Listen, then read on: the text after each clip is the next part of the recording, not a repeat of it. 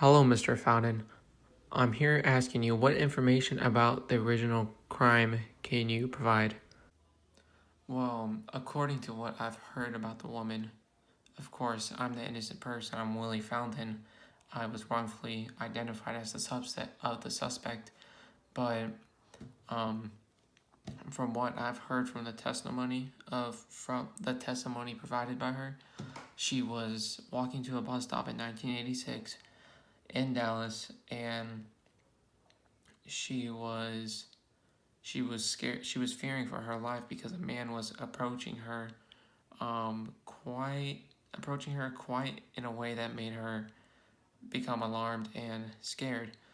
So as she was walking to the bus stop, she continued seeing this man right behind her, and eventually, when she got to the bus stop, the man pulled a knife and threatened her. So of course she had to comply with the man.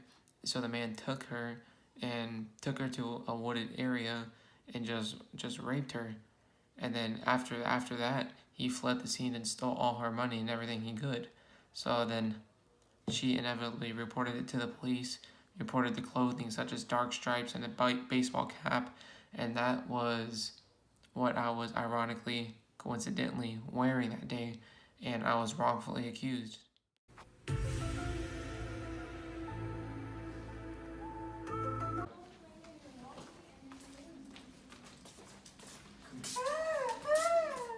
Oh, okay, that was interesting. Now, what type of evidence could have caused this wrongful conviction that they placed against you? So the type of evidence that inevitably convicted me was misidentification. I was obviously wearing the kind of similar clothes to the original suspect, or at least to the original report she filed, and I was wearing some similar stuff, but it wasn't identical.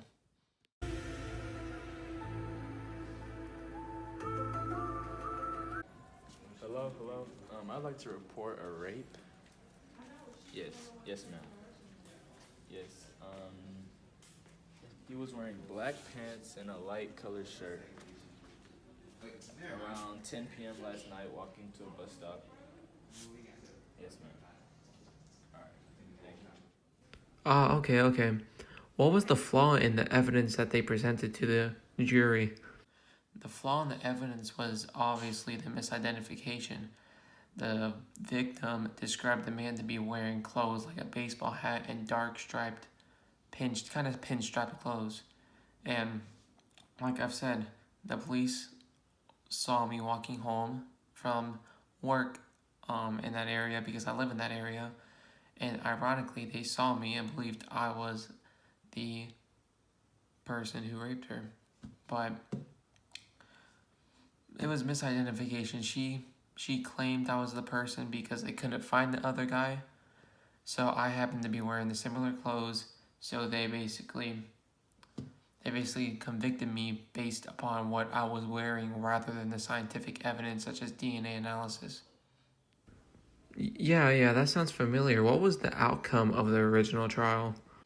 The original outcome of the trial that was unjustly put against me, the court eventually ruled that I should be charged with aggravated sexual assault, and I was convicted guilty, and my prison term was originally meant to be 40 years, but the ruling was overturned in 2002, and I only ended up serving 17 years, but I'm still personally aggravated and deeply infuriated because that 17 years of my life just wasted serving crime I did not commit ever.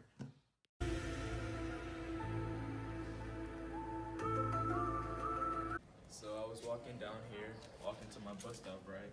And then a man approached me with a knife behind me. And he just took me around the corner and he just started raping me. Yeah. So, that's him right there. That's him right there. Oh.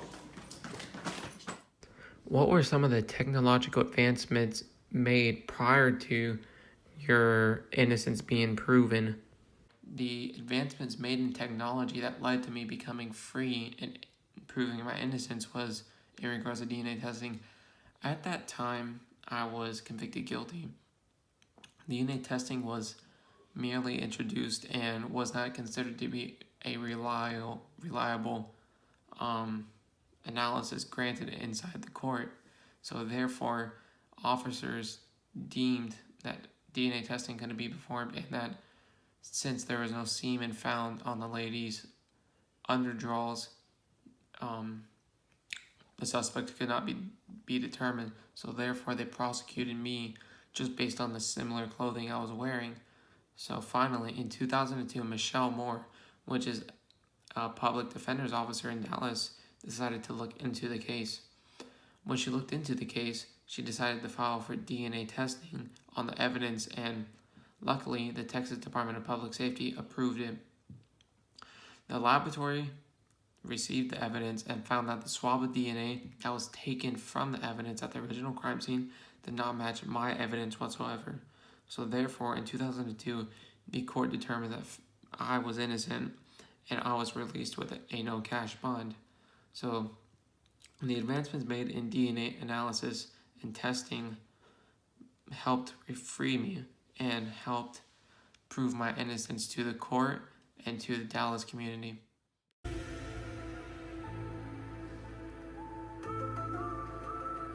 Where were you last night at 10 p.m.?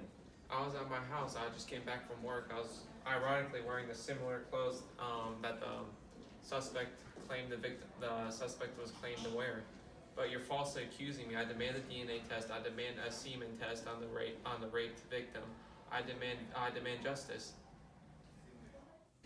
How long have you served prior to your innocence being proven, and what was the original sentence of your crime? Well, like I said earlier in the interview, I was originally sentenced to 40 years in prison, but luckily, Michelle Moore filed the case in 2002, and I got the appeal and was released from prison, so I only had to serve 17 years.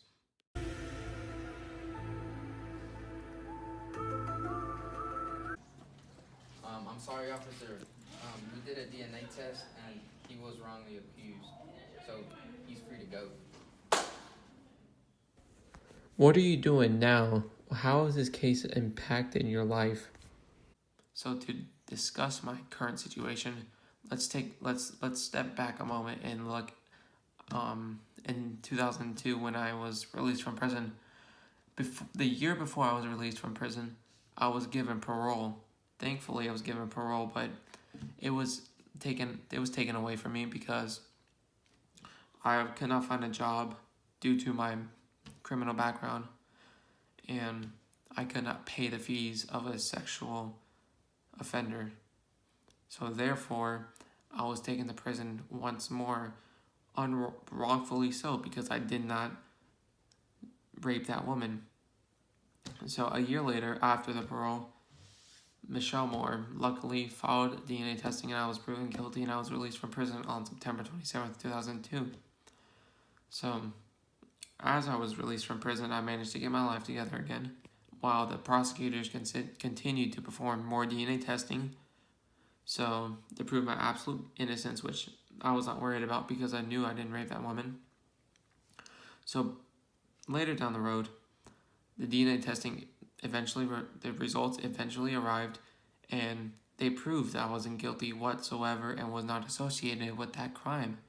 So based on the new DNA results, Governor Rick Perry recognized my innocence and granted me a full pardon on March 18th, 2003. So myself, I was awarded $387,000 in state compensation plus a monthly reward of $8,100 for being wrongly accused and being imprisoned for 17 years. So at the moment, I'm currently getting a monthly reward of $8,100 for the wrongful imprisonment I had to serve.